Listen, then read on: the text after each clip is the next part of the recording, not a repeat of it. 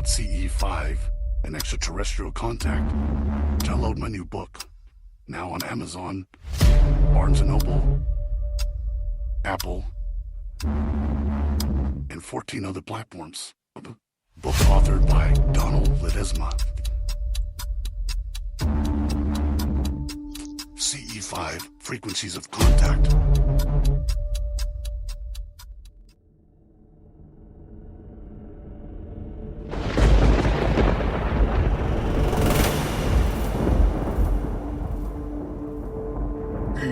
Strand Podcast.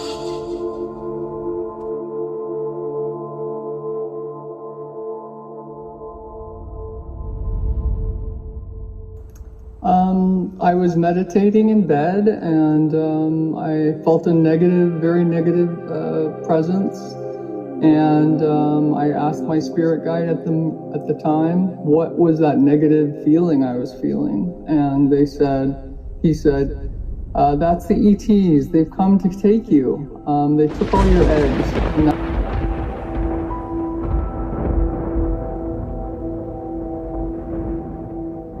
Can you show me where it's located? Right there. Yeah.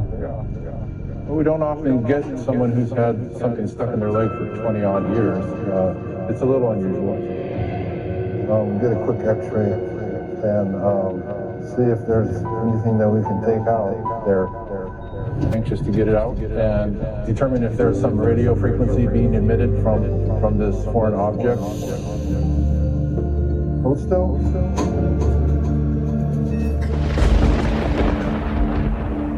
I remember as a child at night, I had just gone to bed. My mother just put me to bed, and I could see the lights on in the living room. I had just laid down for bed. I could hear my parents, I could hear the television, and I looked up, and to my right, I saw a couple, very shadowy, very dark, in my bedroom. A man and a woman, and they started walking towards me. Strand Podcast.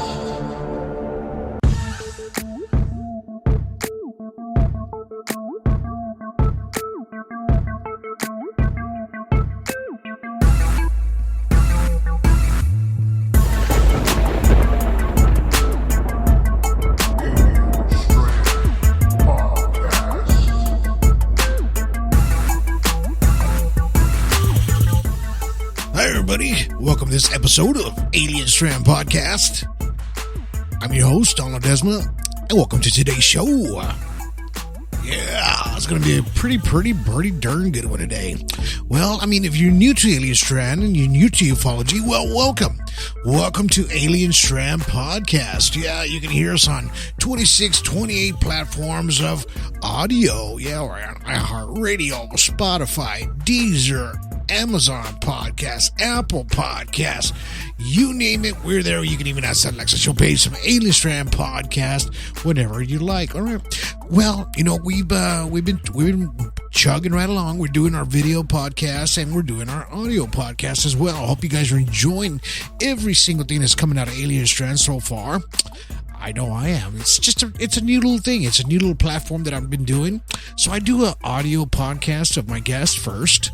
And it's a good hour, 10 minutes or so. And then a few days later, I'll put them on in a 15-minute video live stream segment on Alien Strand Podcast when I do a 1-hour presentation, all right? So you'll see them as well on the video every Thursday night, 7:45 p.m. Central Time, all right? Every Thursday night, 7:45 Central Time, live stream.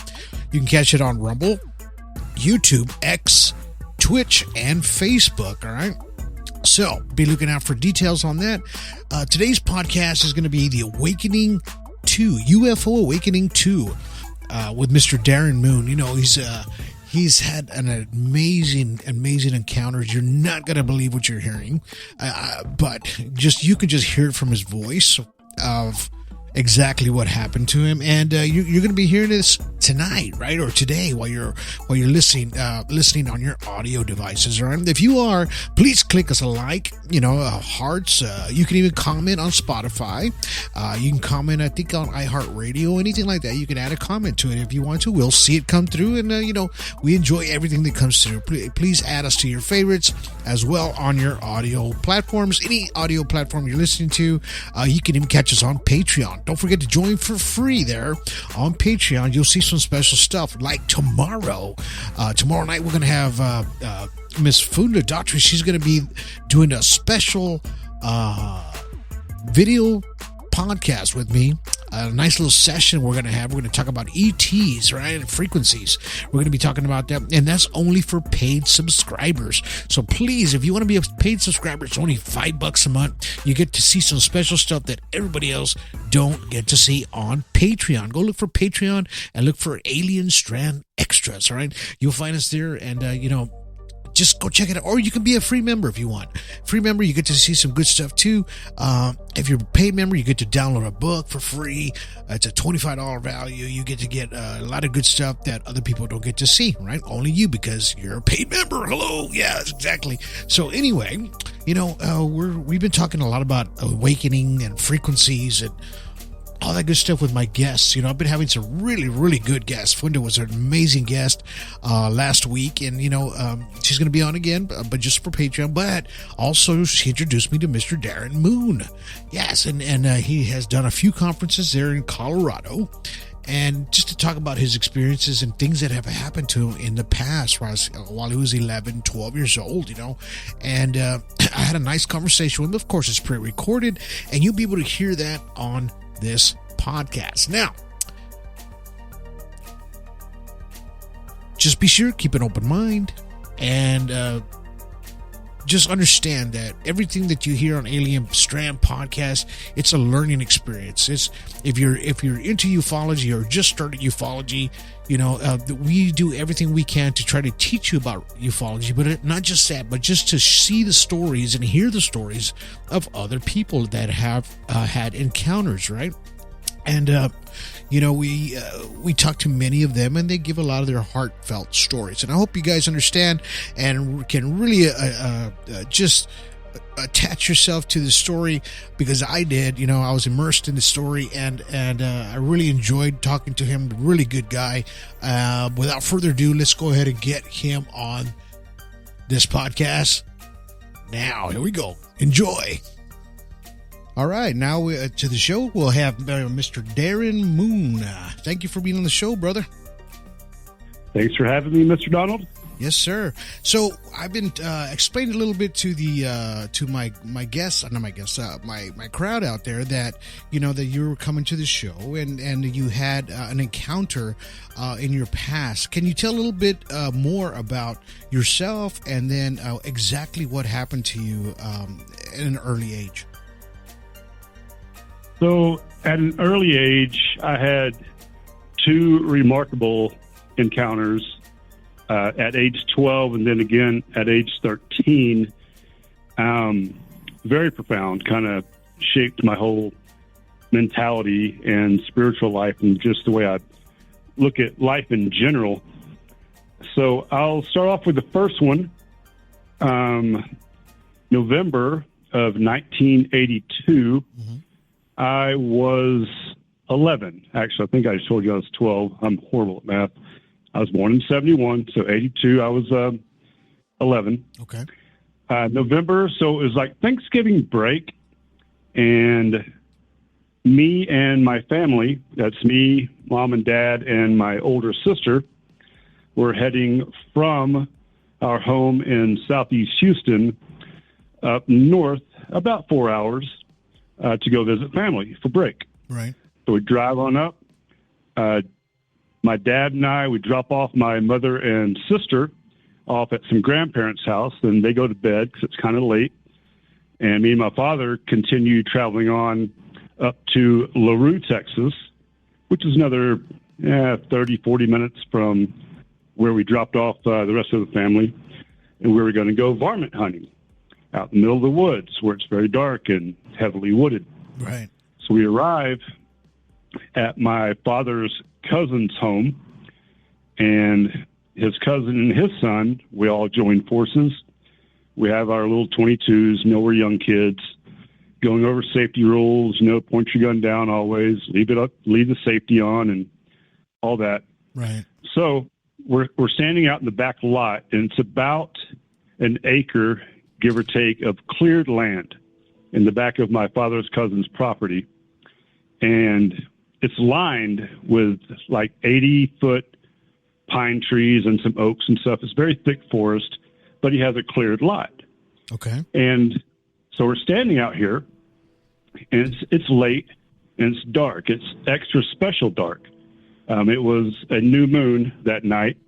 My father had later explained to me that's why it was so dark, and that's what made this particular incident, where it kind of piqued our interest right off the bat.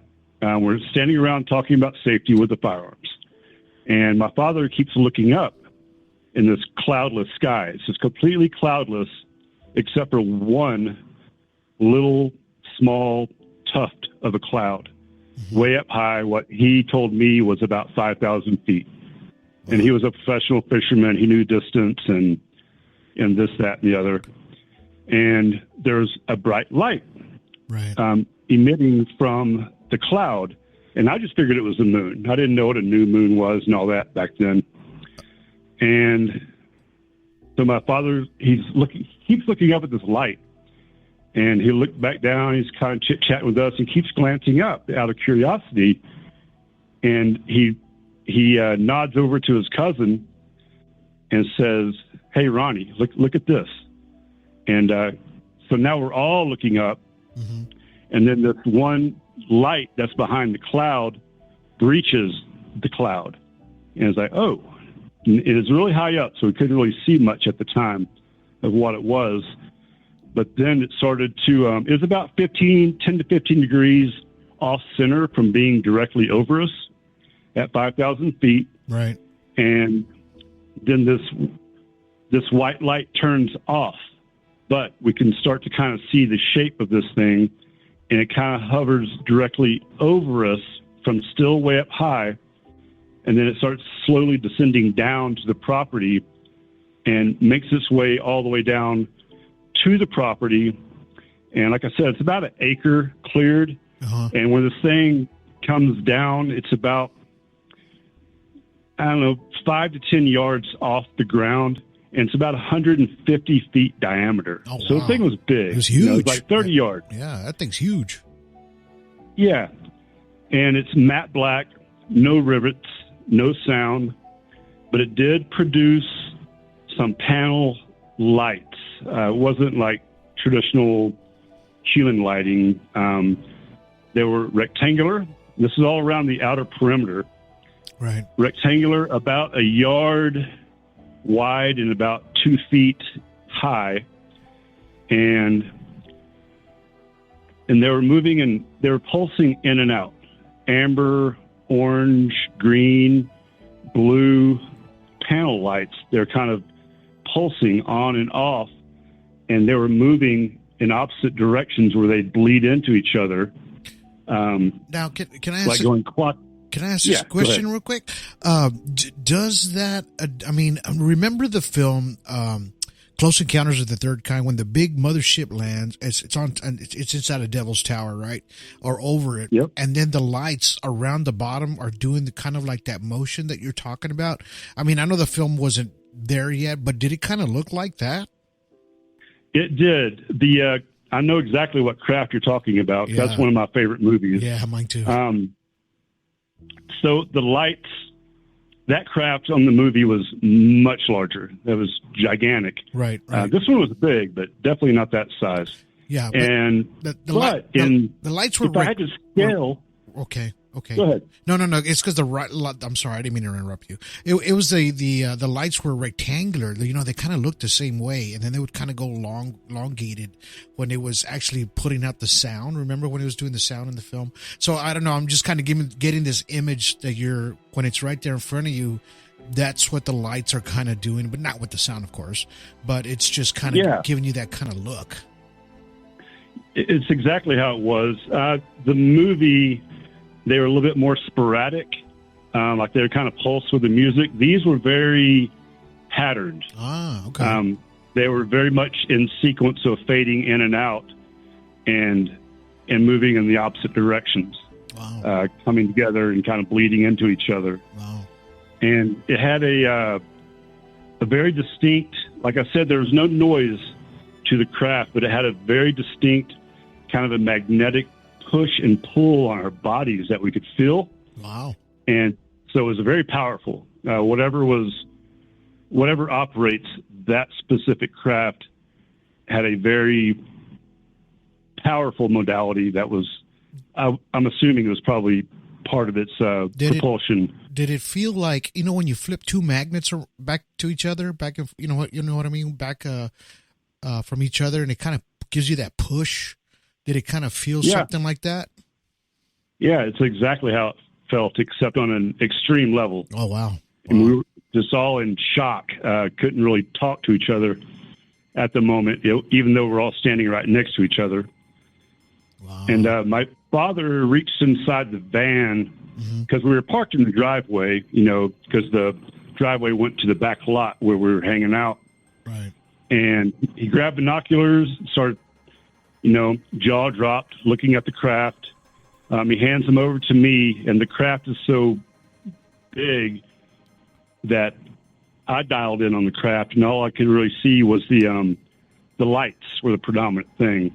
And then I kind of scaled up and down a little bit, and you could see the matte black and no rivets and no parts. It was like one unit. Wow. And yeah, it was that was quite bizarre. Was your dad? Were y'all holding the rifles at the time still, or were they kind of like in the vehicle? Or I know y'all were. No, they're still on our person. Oh, okay. Wow. Yeah, not about to shoot. Yeah, last thing from our mind. Yeah, no, I'm just kind of thinking of what the craft is thinking. You know what I mean? When they see you with the rifles and stuff. So, I mean, I know you're young back in the day, but sometimes I wonder. I don't know if you think the same thing. Sometimes when people see these craft or these huge craft, and it's almost like they know you're there. Right. This is why that's just why it came to you at the moment. But it didn't feel threatened in any kind of way. That's why I kind of asked the question, if you were still holding the rifles. Yeah, no, not at all. There was no threatening aura or presence about the thing. Did not appear menacing at all.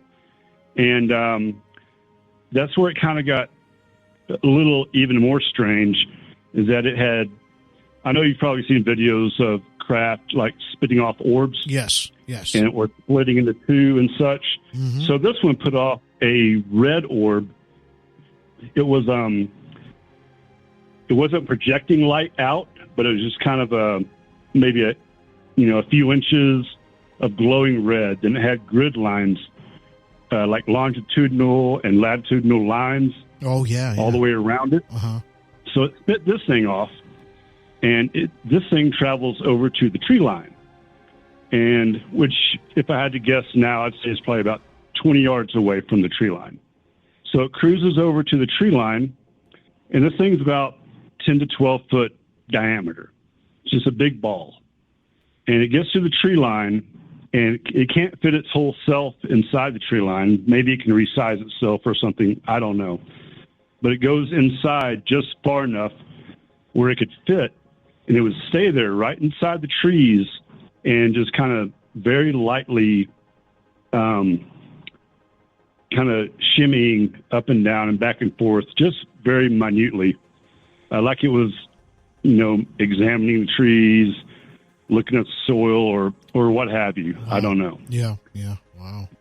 Well, maybe it was just checking out the area, just to see if anybody else was around or whatever, because it shot out the sphere, I guess, or the orb. And then I don't know if you ever noticed this, but when you see old photos, like I'm talking vintage photos of craft, right, of people, like there's a real famous one of this gentleman's pointing up in the air, and it's in the 1950s, I think, and there's a craft right there. But if you look real close, there's a little orb right next to it. and mostly on these old vintage photos, I've noticed a lot. Even my other friend Terry, he used to always notice that you always see the orb or the sphere next to the craft. Like they all have this scanning device of some sort, or something that follows the craft all the time, that monitors it all around it, and it can shoot out hundreds of these things. But I'm just kind of just getting a visual of what you're talking about, and I'm sure it was it kind of terrifying for you at the moment, or was it you were kind of calm or just kind of freaking out? It was more of a shock thing. All we could do was just stand there and observe. I don't know if it was directly affecting us to not be able to move, right? But we were definitely in shock, and in shock to the point where you don't move, just frozen. Wow. Do you think that because of the when you saw the huge craft, because you said it was about 150 feet in diameter, do you feel like maybe that when you felt that push back of like the electronic magnetic field, do you think that maybe our bodies, because I know we carry energy too, that it kind of made it kind of reflect you back a little bit, like kind of pushed you back because you're not supposed to get close to this thing at that point because of the power that it has around it? Or was it like a safety mechanism for the craft to like just kind of keep you at a distance? Did you get that kind of feeling, or it was just there?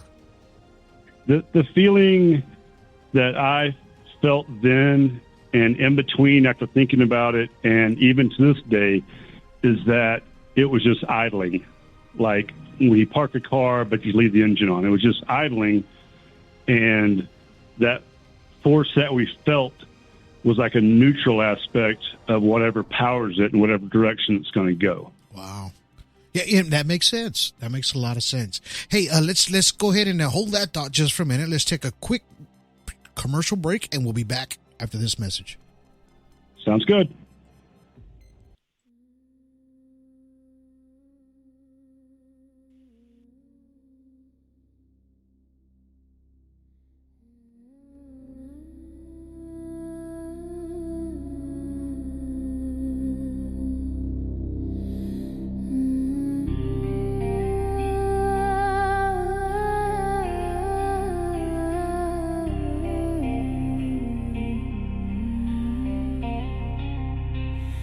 Wind in my ears, flute in the dark, chimes on a string, something watching.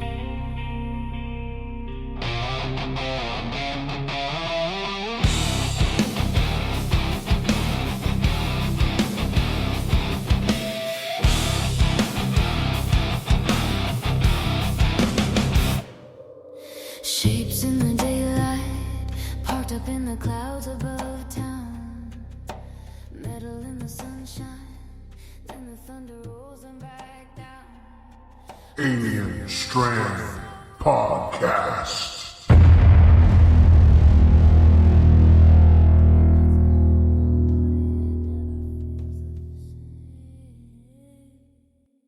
Clouds full of secrets, hiding in the white and gray. They wait till we're sleeping to pull us through the Milky Way. If I wake up screaming, will they let me keep my name?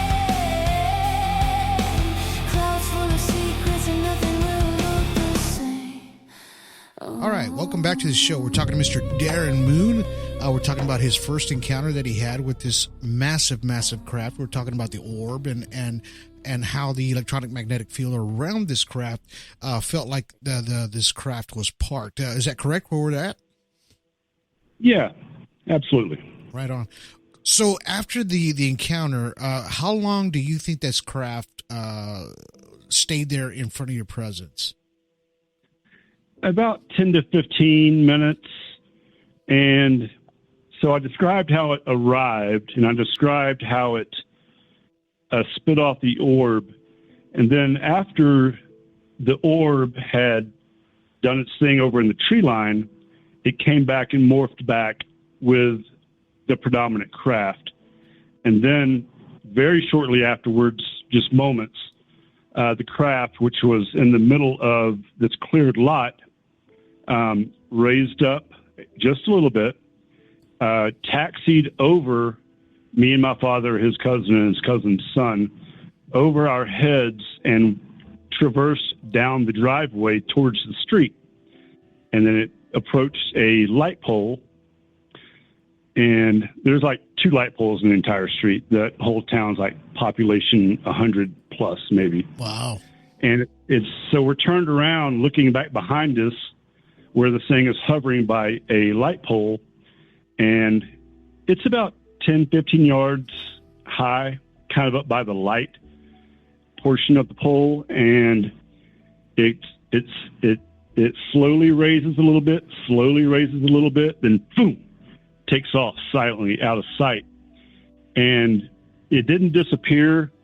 And I know this because it's like watching a Major League Baseball player throw a pitch. Right. It's like you can see the tracer of the ball. Right.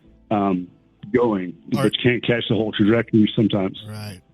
Or even when they hit the ball, it's kind of hard. You see it taking off, and you see it go at a distance, but it's kind of hard to tell where it's gonna land. But no, so you pretty much saw it like a dot, right? While as it was going, because it's nighttime, correct? Around in the evening. Yeah, very late. Yeah, so you pretty much got a good visual, but it went from 0 to maybe a couple of thousand miles per hour within a few seconds. So I'm sure it traveled a good distance. Now, let me ask this question. During that time, you said there's about 100 people possibly living in the area. Now, are these houses or anything like that in that small little tiny town, are they close by, or you're talking like those small farmhouses about a mile away from each other, things like that? No, this was incredibly rural. It was the home that we were at was like a small little 2-bedroom manufactured home sitting on a foundation. Oh, wow. And I couldn't even see the next door neighbor's house, or maybe 1 or 2 houses driving down the short distance to get to the property itself. Uh-huh. So it was very, everybody's very spaced apart out there. Okay. So do you know if anybody else at the same time, I mean, after this incident occurred, do you know if anybody else possibly saw this, or it was just you guys in that moment? No, I do not. I don't even know if MUFON was around back then. I have no idea. But we were in shock for a very long time. Wow. To the point that after the craft had exited the scene, we went about varmint hunting.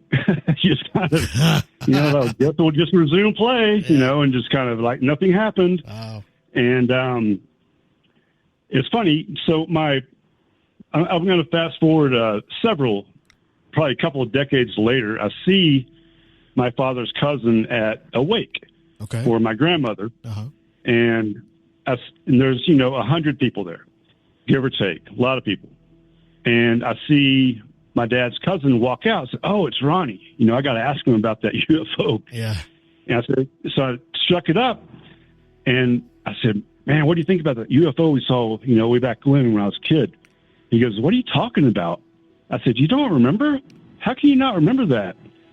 And I started jogging his memory. He goes, "Oh, yeah." He goes, "Oh, Darren, we see those all the time out here." I was like, "Oh, man, you're killing me." Wow. Wow. Well, yeah. Well, I mean, it's open field out there, right? It's just like open all the time because, You know, even my girlfriend too at the time, you know, she told me too the same thing. She goes, "Man, we lived out in the country." She goes, "We saw some strange stuff in the sky. I've seen the UFOs, a couple of times."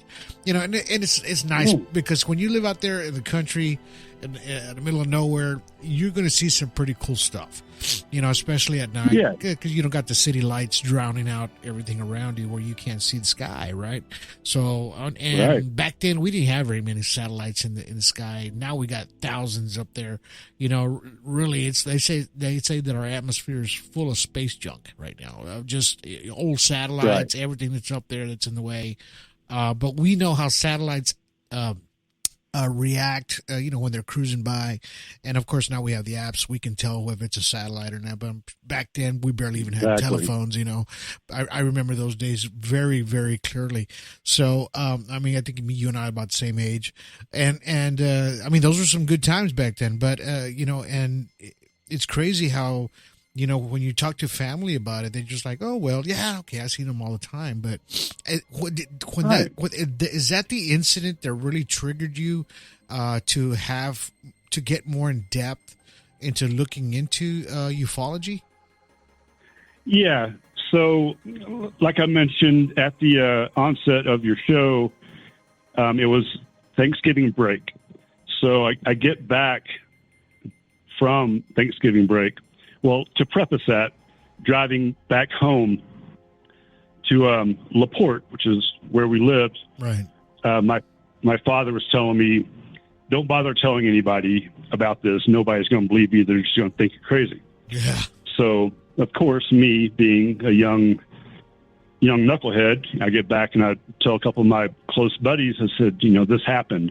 And they go, "Oh, okay, Darren," you know, and laughing and stuff. And so that was a lesson learned right there. You know, Dad was right. So I get back to school and I immediately go to the library, pick up a book on an old classic UFO book. It's a white paperback. I've been trying to find it on Amazon to no avail. Picking up books on anything that was just out of the ordinary, you know, Bigfoot, the occult, supernatural stuff, anything that was not taught in classes. My mind was like, okay, now I got to know what's really out there, what's really going on. Yeah. And so yeah, it's been like that ever since. Wow. And then you said you after that you've had another encounter after that, correct? Oh yeah, about 6 months later, and this was back home. And so the first time was Thanksgiving break. The second time was around spring break. It was at nighttime again, and I was 12 now. And so I'm in my home. We have a standard 4-bedroom, 2-bath, 2-car garage, ranch-style home out in suburban sprawl, southeast Houston. Right. And it's one of those very few evenings of the year where you can actually have your windows open at night. Yeah. And I lived in the a front corner room with some box windows up in the corner. Like one was facing north and one was facing east. Mm-hmm. And kind of connected in the middle. It's like a little L-shaped window. Right. So I'm there with my my windows are open, which was, you know, enjoy those days while you can. And I'm laying in bed. The neighborhood is essentially turned down. And by that, I mean, there's no activity outside. You know, the street was very quiet. It's time to go to bed. So lay down in bed and I have a headache, and which was very unusual for me. I was very active. I played all the sports, healthy kid. And I had this headache, and I'm like, it's unusual. I'm not used to this. So what do I do? What do I do? So back then I would watch, like on Saturday mornings, all the Kung Fu movies and all those shows, the Shaw Brothers and stuff. Right. And I always admired the elder wise ones, and they would sit and meditate and do breathing exercises and stuff. So I said, I'm going to get off on the side of the bed and see if I can breathe through this. So I'm sitting on the side of my bed, trying to relax my mind, see if I can will this thing away, doing a little bit of breathing. And it got to the point where I was like, God, just make this go away. I don't like this. It's painful and yada, yada. Right. And right at that moment, this huge wind blows into my room. This is a very still night. And so this is a solitary wind, just comes into my room, goes across my shoulders and my head, and then I could feel it just go right back out the window. And then my headache was gone. I'm like, holy crap. What? What just happened? Wow. So I'm sitting there kind of stunned for a few seconds, like, okay, what just happened? What just happened? So I get up and I crawl across the top of my bed up to the box windows in the corner of my room. And I look outside, and there's a craft in the middle of the freaking road. Much smaller than the first one. It was, I'd say 15 feet, plus or minus whatever. I didn't take a measuring stick to it. Right. So I'm sitting there, and this one was what I would describe later on in life as ultra-dimensional or interdimensional. It had like a soft lime green glow to the craft, and it was parked and had 6 to 8 beings outside of the craft, and they all had the same lime green kind of glow to them. Oh, wow. And yeah, so I didn't count them out, but there was 6 to 8. The majority of them were just standing at the foot of the craft, kind of looking around like they were on vacation and kind of taking in the sights, and kind of, I could tell they're communicating with each other. And they're standing there kind of leisurely, very tall, tall to me. I was a little kid. They were like adult plus in height. Right. Gangly, kind of skinny. Right. No hair. And they were all wearing these just fitted suits of sorts. They were clothed. They all had on the same uniform. The uniform was, of course, the green. And then they all had a black stripe coming from where like a tie would start, and it came all the way down to their waist, like where an end where like a belt would be. Right. But there was no belt. So they're all talking to themselves, and one of them turns over and looks at me, looking out the window, and I kind of blink, and he halves the distance to us, and I kind of blink or half blink again, and he's all the way up to the window. Oh, wow. So, yeah, so this being is, a couple of feet away from me, and we're face to face. And I'm sitting here staring at him, and he's staring back at me with the big, classic almond black eyes. They weren't overly like you would see on grays depicted in shows and movies, but they were a little extra large. And I could tell, what I figured out later on in life, that he was scanning me the way he was using his eyes. I could just feel it kind of going, through me and like checking me out. Yeah.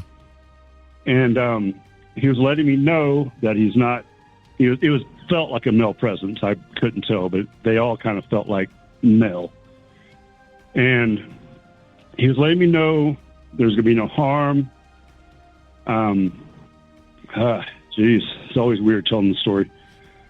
And so we're looking at each other for I don't know how long. It wasn't, it was less than a minute. And this is where things got really crazy.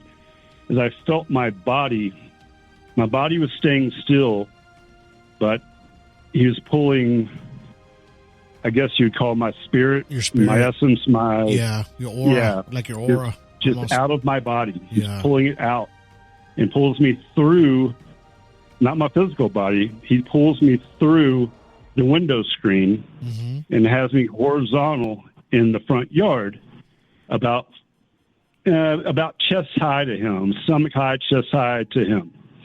And I'm on my back. and he has me just kind of floating in air, and I'm like lightly swaying, shoulder to shoulder while I'm on my back, just, maybe an inch or two each way, but levitating. And at this point, he does that for a second, and then he starts walking across my front yard with me in tow, just kind of dragging me along. He's feels like he has me by the head, but there's no pressure. Right. I can't really feel him touching me or anything like that. But he pulls me across the yard all the way to the driveway, turns up the driveway, takes me south up the driveway towards the garage. We get to the garage, make a hard left, go across the patio. This whole time I'm the same height off the ground. No pain, no feeling anything, just slightly rocking back and forth.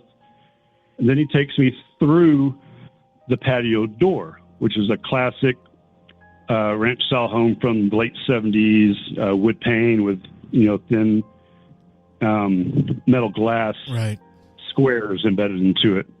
Takes me through that, takes me through the living room, past my parents' room, past my sister's room in the hallway, back to my bedroom, and that's when I get dumped back into my body.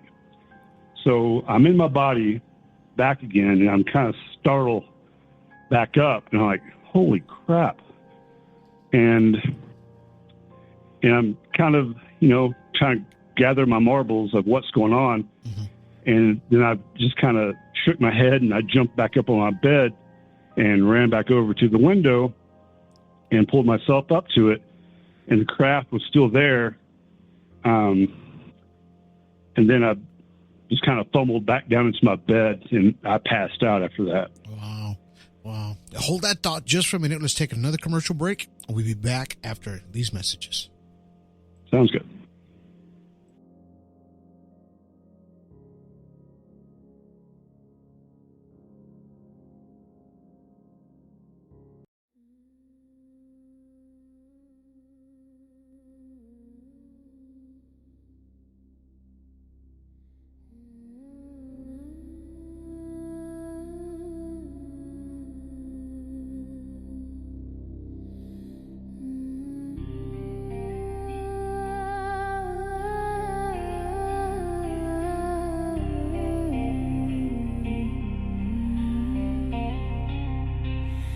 Wind in my ears, flute in the dark, chimes on a string, something watching.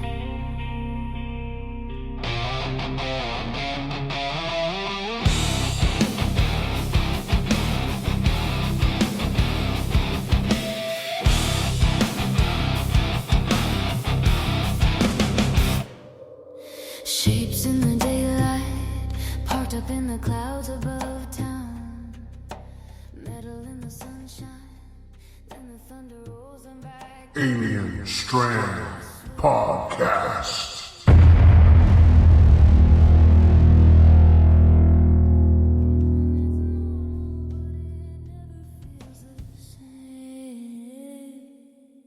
Clouds full of secrets, hiding in the white and gray. They wait till we're sleeping to pull us through the Milky Way. If I wake up screaming, will they let me keep my name? Clouds full of secrets and nothing will look the same.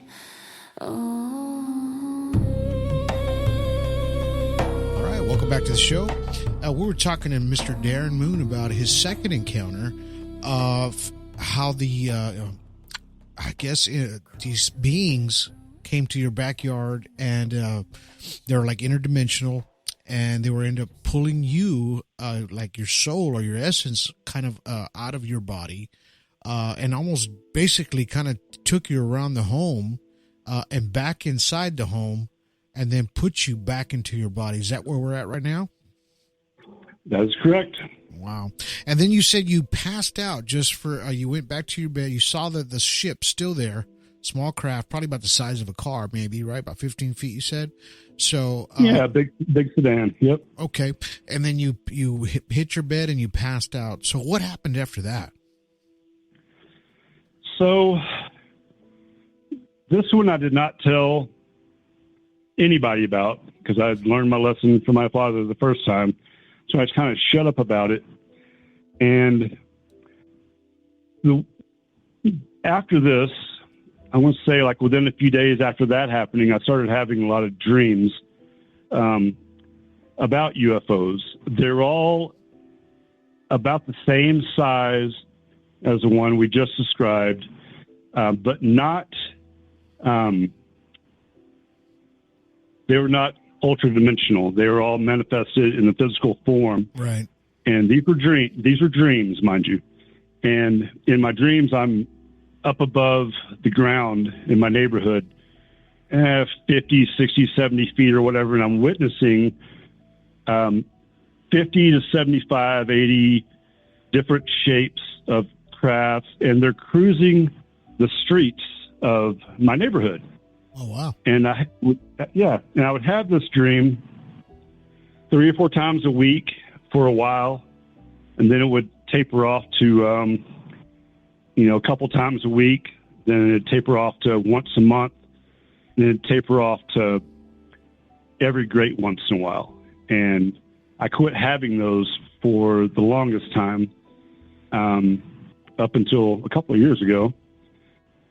So, that was a weird residual. Is that the time that you possibly, when you came back to ufology, let's just say it that way, when you came back to ufology, started doing your conferences, because you said you've been doing it for about, 3 years now or so? So is that about the same time that kind of triggered that effect for you can start doing this again and talking about it? Actually, what triggered that was a pretty weird play out of events. So I started looking around because I knew the Rocky Mountains were a hotbed for UFOs. Right. And, it's very easy to get out of light pollution and get up to the foothills, get up to the Rockies. It's very easy. So I'm looking around at all these CE5 groups online, and I keep seeing all these groups in Denver, and they're making plans and they act on them real quick and they're gone. And I chimed in one day, and this one group I'm a part of, it was a Denver group, and I'm like an hour north, a little less than an hour. Wow. And I chimed in, I said, hey, are there any groups, in my area? And one lady chimed in, and she goes, yes, over here in Lyons. I was like, ooh, Lyons. Lyons is like 10 minutes down the road from where I was living at the moment. So I joined that group, and kind of the matriarch / leader of that group was a predominant figure in the city of Lyons. Mm-hmm. And I'm going to kind of sidestep this story. I'm at the dog park one hot day in the summer, in the middle of the day, and there's nobody there. There's usually 20 to 50 dogs there and their owners at any given time. I get there one day, and there's nobody there. Got my dogs out. They're doing their thing. And I'm leashing them up to leave. And I see one car pull up. And this tall, silver-haired lady gets out of the car, and she starts walking over to the entrance. And I'm dropping off a poop bag. And I look at her, and I said, Marcia? She goes, no. I said, Cynthia? She goes, yes. It's Cynthia Marsh is her name. Okay. And she was the leader of the Lions UAP group. Oh, okay. I was like, wow, this is the hell of a coincidence. Synchronicities, brother. Yeah, absolutely. So she comes in, and we sit down at a park bench, and we're exchanging stories and such. And then I end up joining their group, and so we have a lot of house sit-ins, exchanging stories, and a few people from Gaia, the production show up a time or two, and Katie Page came one time, who's like the head of the Denver MUFON, Right. or an affiliated group. And it was just a big, beautiful group. So I found my tribe. Nice.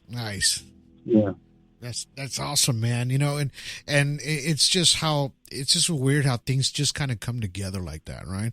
It's like, did they guide me into this direction, so that way we can kind of put our heads together and try to figure this out, right? I mean, that's all we try to do as far as like citizen investigators, right? We're just trying to figure out what these craft are, what these interdimensional beings are, and what are these regular grays or whatever that are abducting people, and what's their agenda, right? We're always trying to try to find the answer, and then we start looking at our governments. What do you know? What do you don't know? Are you going to tell us? Yes, no, blah blah blah, whatever. And then we always get the runarounds, but where you don't get the runarounds is in your groups, because in your groups you have different people that have different kind of experiences. That's what we call them, experiencers, and I've been calling them that for a long time as well. And it's kind of strange how the synchronicities always come together in that way, to where it's like I never thought I was going to meet people like this, or like me, or has been in this situation, but things come about that way. And it's not just because you're looking for the group. It's just sometimes the group, these people just come to you. And they just happen to be there, and you start bringing up a conversation, so-and-so, and then, hey, somebody will bring up a UFO or something strange that happened to them, out in the forest or whatever, and then there goes the conversation, right?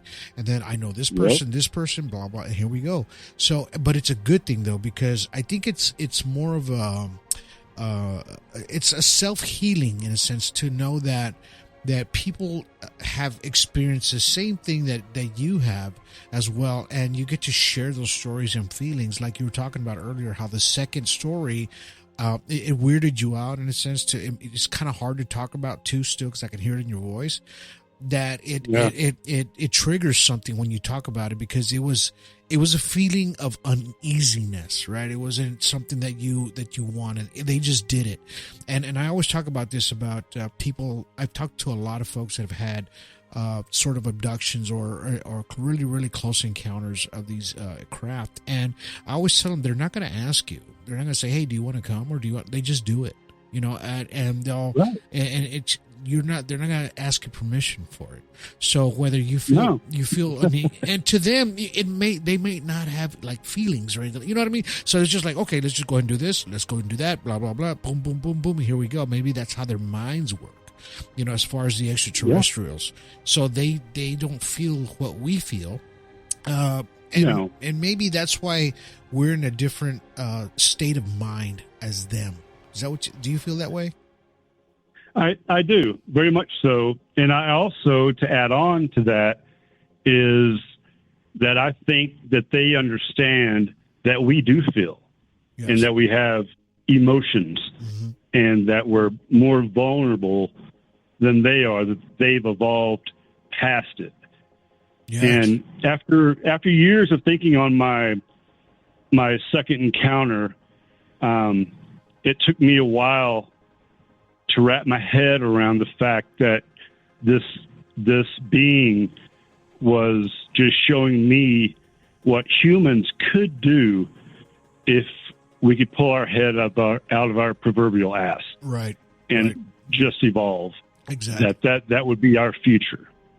And just stop hating on each other, and acting evil with each other, and it's just kind of strange, It's like, I always remember the movie Big Mama, right? She always says, with all of us as a family, and it's like your hand, where one of us is a family, but when you close his hand, we make like a mighty fist and strike a mighty blow. And all she's saying is that you can work together as one, right? And you will make more things happen. So and it's I feel the same way, man. The same thing as you, but that we should just kind of live in harmony with each other, and maybe we can expand our let's just say horizons, or in technology or whatever, to where we're not fighting let's just say these people that don't want us to go in that direction, to where it's just the control. Do you feel like sometimes the higher ups in the government or whatever, maybe, or just anything in general, just kind of keeping us at a moderate level? Yeah, well, you know, how are they going to make money if they lose control? If we all are banded together as, you know, how we could be in our greatest apex of experiencing this life. Right. You know, it's all about money. You know, it's nothing new. We all know it. You know, you get X amount of dollars for slave labor, right? And you're going to work as much as I can squeeze out of you until you can go home and have a beer or whatever. You know. Did you ever see, like last year, there was this commercial that came out, kept popping up on my phone, on all my social medias, not just Facebook, but it was this guy, this company built this small, it looked like a small sphere kind of looking ball of some sort, and it can produce 1 gigawatt of power, right? Ooh. And this was supposed to be for your home, that it would power your home for 10 years or more. Oh, jeez. 10 or 15 years. That's all we need. Yeah. And this one little sphere could do that. And they had it out there on, and it wasn't AI that was doing it. Was an actual, I saw the whole presentation. It was like 30 to 45 minutes. This guy was talking. He had it there on the stage. He put it out there. It had plugs and everything. And he goes, you can power up this goes to your grid, and blam, you have power for 10, 15 years, right? And this thing didn't cost very much either. Like, I don't know, maybe under 10 grand or so. But you know, what does it cost us for electricity now? You know, each month, yeah, a whole lot of money, right? We kind of don't think about it, and then all of a sudden, you don't hear nothing about it no more, right? Like, they put a stop to this guy, and it was enough to power your home for 10, 15 years. Who doesn't want something like that, right? Exactly. Same with the, water-powered car, hydrogen-powered car, things of that nature, It's either going to steal your patent whenever you go to apply, or you're going to magically disappear. Exactly. And that's the scary part, man. And it's kind of crazy how the control of just the higher ups have us in a different kind of control. But maybe these ETs or craft are kind of telling us, hey man, get out of that, and you will probably be more as far as our civilization will probably grow in better harmony with each other or something, if we didn't have that so much of that negativity around to keep us down at a certain level. I don't know, but I always think about that too. Yep, it's happening. It has happened, and it's going to happen until eventually we make it stop. Exactly. Hey, let's take a quick commercial break, and we'll be back after this message. Good deal.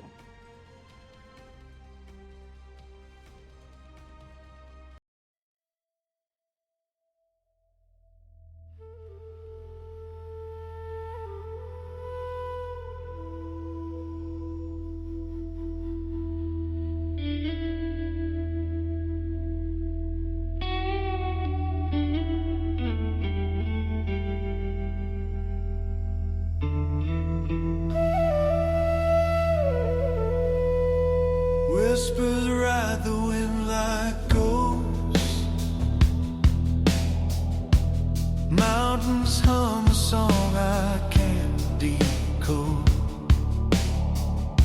Sky splits open wide, wide, wide.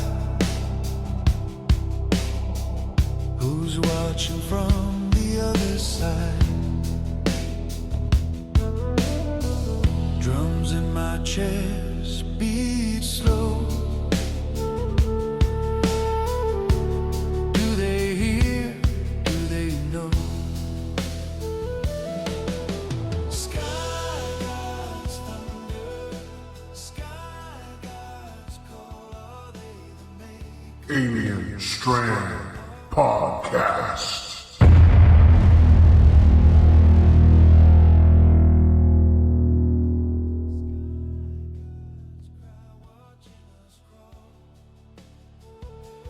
While they fly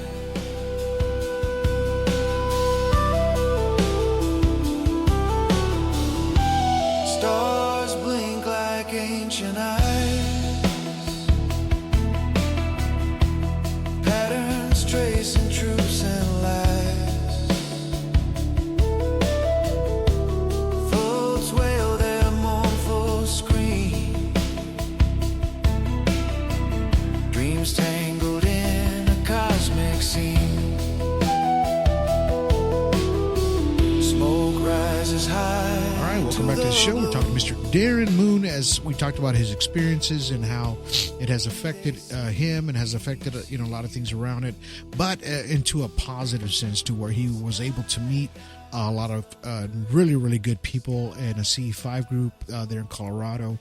And now let me ask you this, Darren. Since these two things happened to you, I'm sure a lot more has happened, but has this kind of changed your process of thinking? In other words, has it opened your mind a little bit more, like the awakeningness, the awakening that I call, to where you're seeing things much more clearly now ever since those days? Yeah, no, absolutely.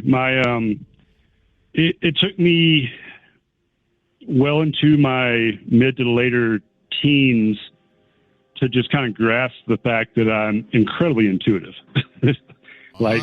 very intuitive. Yeah. I can read a room. I can read a person like reading a book, and very easily. And it took me a while, excuse me, because at that age, I just assumed everybody was like that. Right. No, not the case, it's, dealing with people my entire life. It's like, you can kind of tell when other people are very intuitive as well. Yes. And they can look back at you and, you know that they know. And it's kind of funny. And then you see a lot of people that are closed off. You can tell when they're hiding their true selves and things of that nature. And another weird thing that kind of happened is I never really grow hair. I mean, I have hair on my head. Right. I have hair in my ears, hair growing out of my nose. Right. I have a little stubble on my face. I have no hair on my arms, none on my chest, none on my legs, none on my back. Do you think that maybe you got a little bit of radiation poisoning maybe from that first encounter because y'all were so close? Perhaps. That is definitely an option. I was, like I said, I was very young at that time, so I hadn't quite gone through puberty. But when I did go through puberty, I'd have like little tiny spurts of hair on like part of my calves, and then they'd go away. Right. And so, yeah, that's definitely a possibility. Wow. Yeah, I feel you, man, because I can't even grow a beard myself. I can't grow one at all. They always say, how come you can't grow? I said, man, it looks like patches on me. I look like the freaking the rat from the Ninja Turtles. I was like, I can't grow anything, man, like that. I barely have anything. And my girlfriend's like, oh, how come you don't? I can't. I'm sorry, it's in the blood, but that's hilarious. But it is what it is at that point. But I get that part, and it's the strangeness of those encounters that make things different in your life, and now has it had any kind of like emotional impact for you, or it just kind of gets you more thinking of different things or different ways to explain to people? Because I know you do conferences, so is it right. Do a lot of people come up to you and just kind of ask you a lot of questions about their encounters, your encounters? Yeah, there's always a Q&A at the end. Sometimes they'll last about half as long as a presentation, which is like, I didn't a lot for this time, but hey, let's roll with it. Right. So like I mentioned, after my first encounter, I ended up at the library getting all the books and, going into the unknown stuff, which, threw me into the gigantic bottomless pit that's known as astrology and astronomy. Nice. I've been like a master tarot card reader for, what year is this? 26. So 26 years. Uh-huh. Started in 2000. I would, jump on discussion forums online back before social media, like rooms like Craigslist, and go on there and start doing readings for people on the other side of the world, and we're just several thousand miles away, and just nail it. Wow. So it just really sharpened in intuition and being able to kind of pull information just kind of out of the sky, just out of thin air. Wow. Do you feel like, because I know earlier you were talking about the interdimensional beings or their physical form, that they had this sort of uniform on, and we've heard a lot of people talk about these other beings, or they're blondes, And they're tall. They're wearing these blue uniforms with the stripe as well.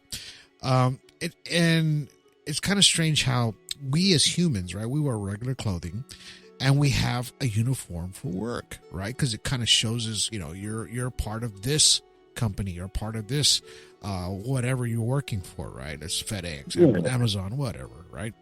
But do you think that they have that kind of sense of I don't know, just kind of showing who they are or where they're from because of the uniform? Because a lot of people have talked about this uniform, and some of them have this star on their chest or some different kind of emblem on their chest, to where it looks different, or a fish or something looks like a fish. And it's just kind of strange. What are your feelings about that?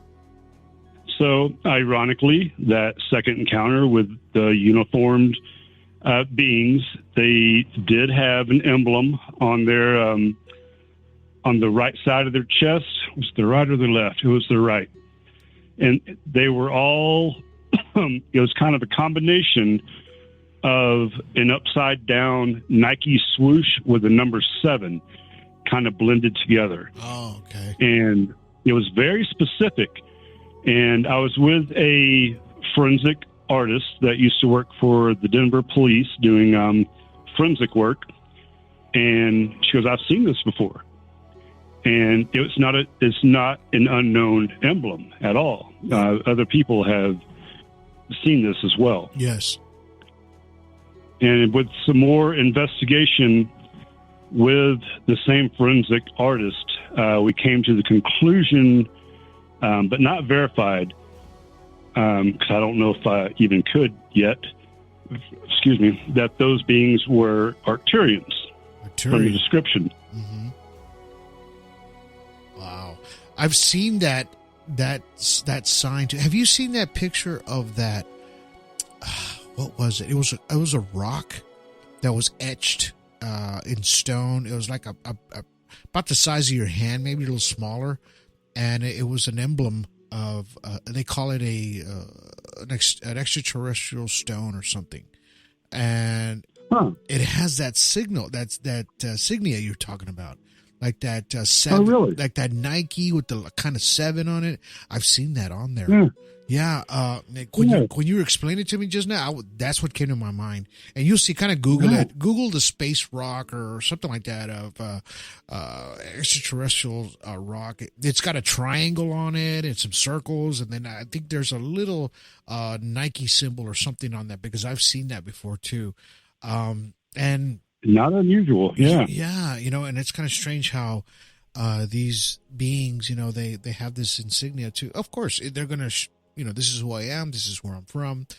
This is where I came from. Like Betty and Barney Hill, they surely knew where they came from. Drew the star map out, and it's and a lot of people talk about these extraterrestrials that come from that star cluster, right? That she talked about, and that's the strangeness of it, of how that it's like a bunch of planets kind of surrounding these super what are they, like supernovas or something? I don't know what they are, like big old suns. There's like 3 of them, right? This is what we're seeing in the sky and the Orion's belt. Yeah. So in the Pleiades. So it's kind of crazy how far these interstellar beings travel just to see us here.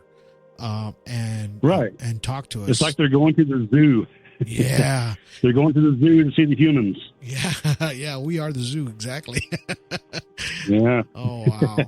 No, but it's and that's what it just kind of gets me wondering about these extraterrestrials and then the encounters that you've had, and do a lot of people when they talk to you, do they kind of say, I've seen these kind of beings, or is yours like a different kind, a special kind of being that's a little different? There seems to be a thread of similarity between the people who share their stories with me. Like I've had a couple of people that the crew is all female. which was different, but they were doing kind of similar, same things, Right. just kind of showing them what we could do. And yeah, there's a lot of similarities, but there's also specific nuances. You know, like you mentioned, the Nordics and the tall whites and Right. Pleiadians. They're all kind of the same thread, but just built differently. Wow. Do you think that maybe when you got pulled out of your body, let's just say, that you ended up receiving some sort of a download of information, or you're able to, in other words, they kind of gave you a gift of some sort? When the day that happened to you is the day that things kind of changed for you. Do you feel like maybe that's what happened? Yeah, very much so. And to be honest with you, I think from the first encounter that was, 6 months earlier, I feel like I was tagged.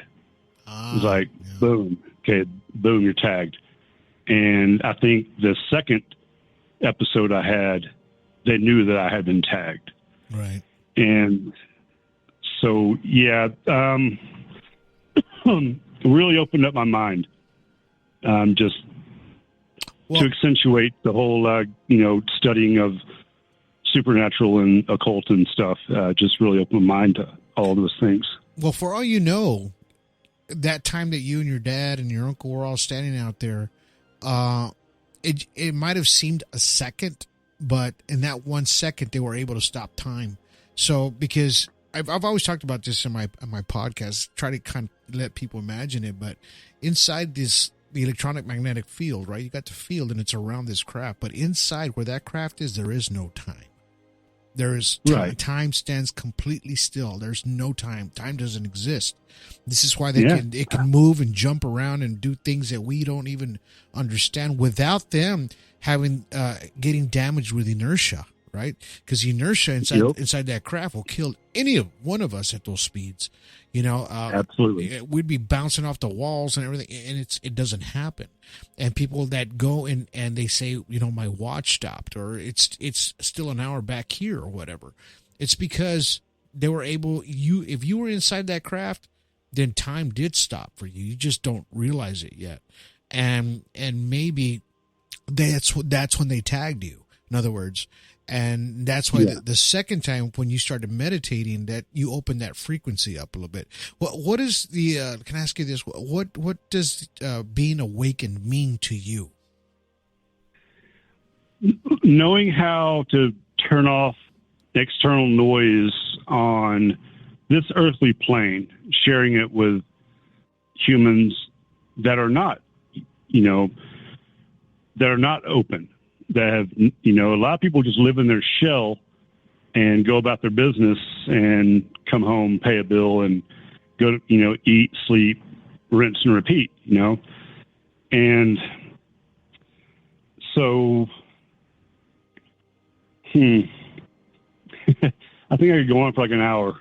Yeah, no. But we don't have that much time. No, it's okay. You can keep going. I mean, if you want to explain a little bit deeper, you can. We got some time. So, let's see.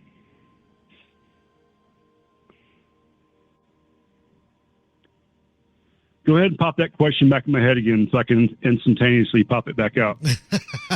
What does the awakening mean to you personally? Like, what does the awakening mean to you?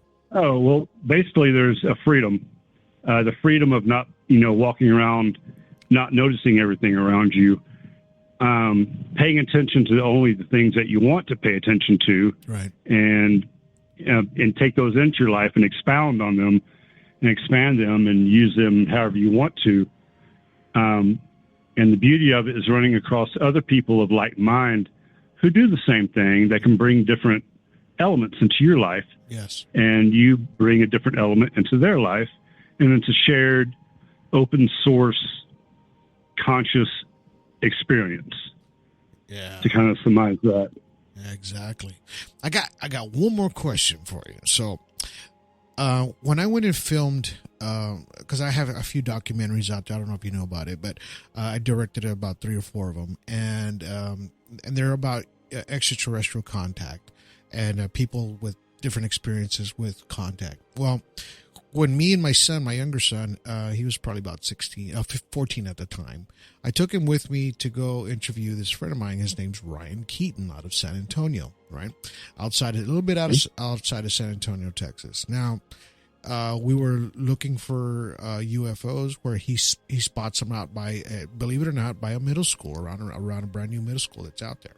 So we were out there filming. I had about 2-3 cameras on me. We're out there filming.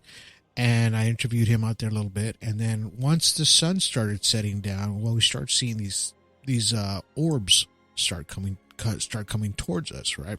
Good distance. I'm talking a few miles away, right? And then, because he said, I don't know, they're not coming. I don't see why they're not coming, right?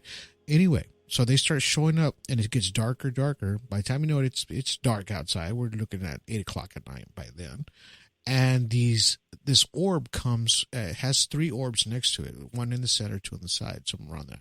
So it starts coming towards us, and, it almost looks like a plane that's going to land, or it's coming in for a landing.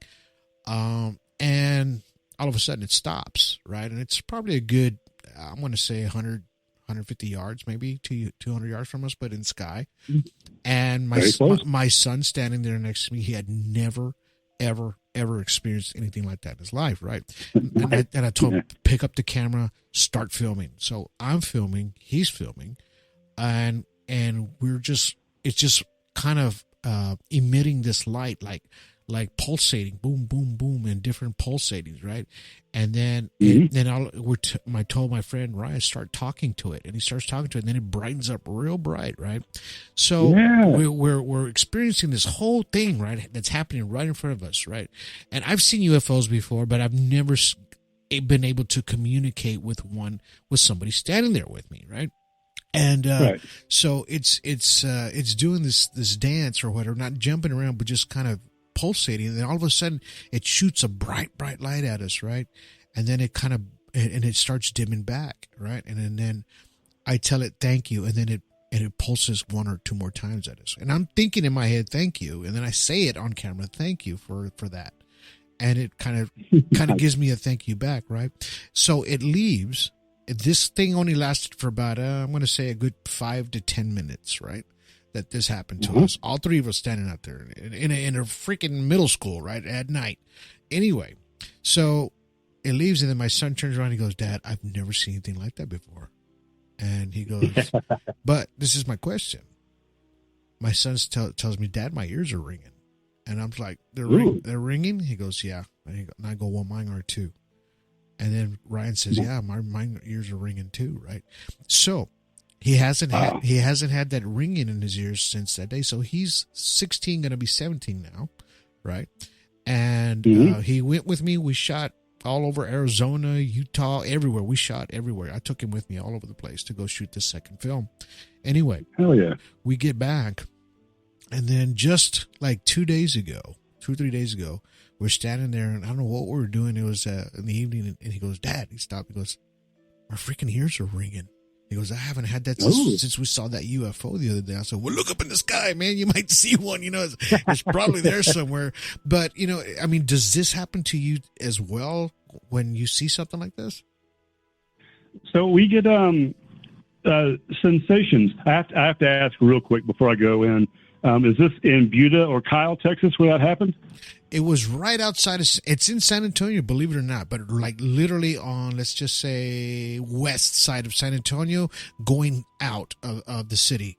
So, okay. So it's just on a little bit of the outskirts. They're already building a bunch of houses out there, and he had just got a house out there. So it's a little out there, but but listen to this. There's a freaking military base close by. Oh yeah. So I flew out for the Army out of that MEPS out there. Okay. Yeah. So, we experienced that. We saw several of them back and forth, even that after we finished filming, some more came back, and it was just strangest thing I've ever seen him do. And I told Ryan, I said, dude, these beings are here for you. They're not here for us. These are for you because you called them out. So, right. And that's why I say during a CE5 too, I tell people sometimes it's not meant for you. It's meant for somebody in your group. So, right. The possibility that you were able to see it, which is great. It's amazing. And you never know, it might be you that they're there for. Yeah. Speaking of the sensations, last weekend, what was it? Saturday, we had a CE5 out at our special little spot that's nice and dark in the foothills. Nice. And it was beautiful during the day. And of course, this time of year, it gets cold. And when it gets cold, it drops really fast. Right. And so everybody's getting cold, despite whatever gear we have on. And we were thinking about, packing up. And then a warm breeze comes through. Warmth. Oh, wow. And it just blows through and it warms us up. It lasts, a good 20 seconds, enough to get our body temperature up and make us comfortable. And it did this intermittently over, I want to say about 30 minutes. It did it like 4 times. Oh, wow. Keeping us warm. And it was, it was very unique. And as far as other sensations, you just kind of, me personally, I just kind of get a spidey sense that I'm being watched, not by people, but by something. Right. And I just kind of know that they're around, whether they're in our dimension or they're on the outside looking in, like staring at a fish tank kind of thing. Yeah. Or what have you. Yeah, I mean, I'm right there with you, brother. I feel the same way sometimes. I'm constantly looking up at the sky. There, my son always said, "You're always looking up, Dad." I said, "Of course, you're gonna miss it if you don't see it." Yeah, right? So that's where the good stuff is. Yeah, man. And they'll get it later. And one of my other sons, he went with me to shoot the first movie, the middle of the first movie, and man, we saw something strange in Oregon that it's on film. Everything's on film, and I'm glad we were able to catch it there. It was just. This, I don't know, man. It was just so, it's just like euphoric in a sense, I was able to stand in front of a geoglyph that was huge. Oh, cool. Yeah, and on top of a mountain that was 8,000 feet or 7,900 feet above sea level, right? And it just had a lot of. Ancient presence to it. Let's just put it to you that way. But it's just one of those things. You have to. To me, it's like you have to be open-minded. You have to just kind of embrace it as it comes, and because it was meant for you to embrace it at the time, just like it was for you as a child, as a 12-year-old, a 11-year-old, 12, and then you had the other encounter as well. And it's. I don't know. It's just sometimes these things just happen to us, and I believe they're here to help us and put us in other people's direction in a sense to kind of help them through things as well. To kind of show them this other way and maybe to think a little bit differently, because believe me, I have family members that look at me like I'm freaking nuts because I do a podcast on aliens, right? So they just kind of look like me. How's them aliens? Them green aliens? They kind of make fun of me in a sense. But hey, man, you think about it your way. I'm fine with that. A lot of people they react that way only because they're scared. They don't understand it. Exactly. Yes. That's what it is. Just because you haven't seen something doesn't mean it's not out there. Exactly. So, any last words you have for the people listening out there in audio land? Give them any advice, things like that? Well, join a local CE5 group. It can go a long way. Sometimes your first, second, or third attempt might not be fruitful. When you get the vibe down where everybody's on the same page, get your meditation down pat, decide it ahead of time, have fun with it while you're out there and be open-hearted and open-minded while you're doing it. And don't be afraid. Go call them in. I had them called into the last place I lived before where I'm at now. A lady came over and she wanted to talk to her star people. I let her be for a while. She did some meditation, jotted down some important personal messages on paper, meditated for a good long minute, and she absolutely called in a bunch of orbs and a mothership just out back my property. So it's all doable. Nice. I might have to practice it and dial it in. Yeah, I have several more stories, maybe another time. Yes, sir. Yeah, stay open-minded and keep trying. Right Get on. out there. Right on. Well, Mr. Darren Moon, thank you for being on the show today and give us give us your stories and insights. You know, it's very important for people to hear things like this because they need to know that it happens to just every ordinary day people. It's not, you don't have to be famous or special for anything to have this happen to you. Where can people find you, by the way? Facebook is easy, Instagram, and that's about all I really tool around on. I'm not on there a whole lot, but when I am, that's the two bigger ones. Right on. Okay, so I'll add some links to your pages so that people can go and talk to you. If they have any questions, they can talk to you and ask you anything about, you know, the CE5ing or just their personal experiences. But again, thank you, Mr. Darren Moon, for being on the show today. You know, it's every time I have a show with a person, it's a different story, but I always feel like I had some sort of a more awakeness because I got to hear a little bit more of somebody else's encounters, and it just kind of adds to my plate as far as like just helps me, you know, as a person to understand extraterrestrials a little bit more than I did before, you know, and just kind of it's the good study guide. I put it to you that way. Oh yeah. And I will be on the lookout for a video I'll send you just outside of Area 51 on the extraterrestrial highway, driving back from Rachel back to Vegas. We got a little 2.5-minute video that you might enjoy. Right on. Oh, by the way, you're going to be on Thursday night, this coming up Thursday night on Rumble, YouTube. We're going to be on a live stream, and you'll be on for about a good 15-20 minutes. We're going to show some videos, photos, all kinds of good stuff, and then we'll get to talk a little bit more to the folks that are out there, can chat in while we're on a live stream. All right, so anyway, but thank you, brother. I really appreciate you, man, and we'll catch you on the next one.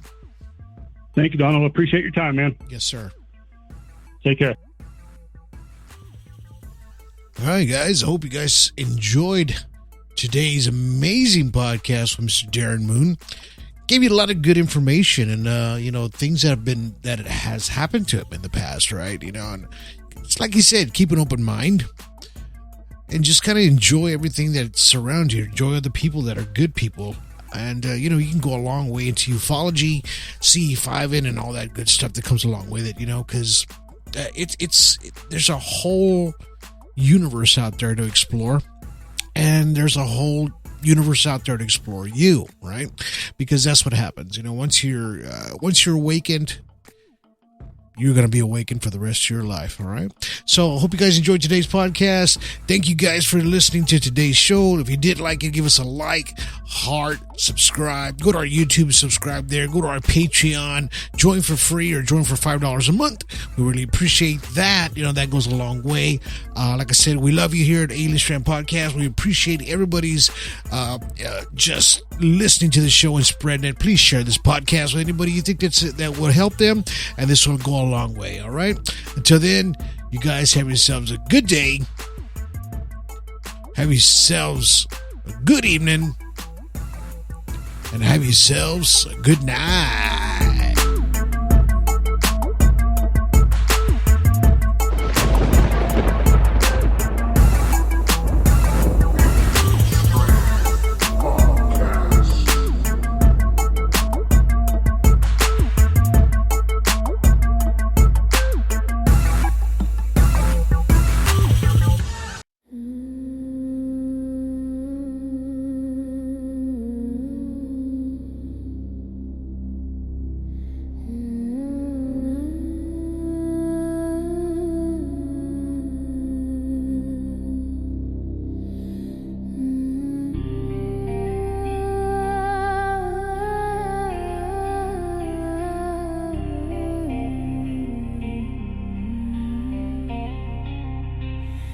Wind in my ears, flute in the dark.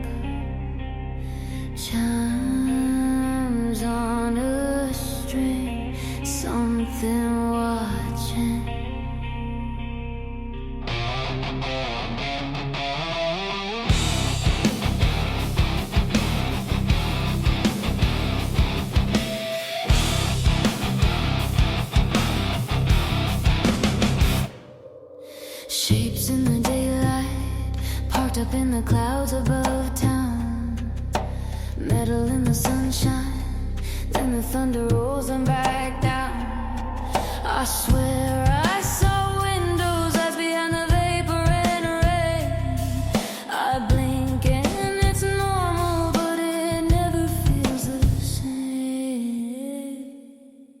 Clouds full of secrets, hiding in the white and gray. They wait till we're sleeping to pull us through the Milky Way. If I wake up screaming, will they let me keep my name? Clouds full of secrets and nothing will look the same. Oh.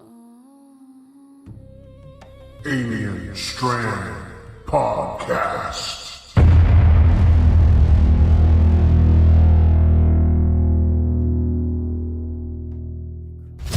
You want to learn about CE5 and extraterrestrial contact?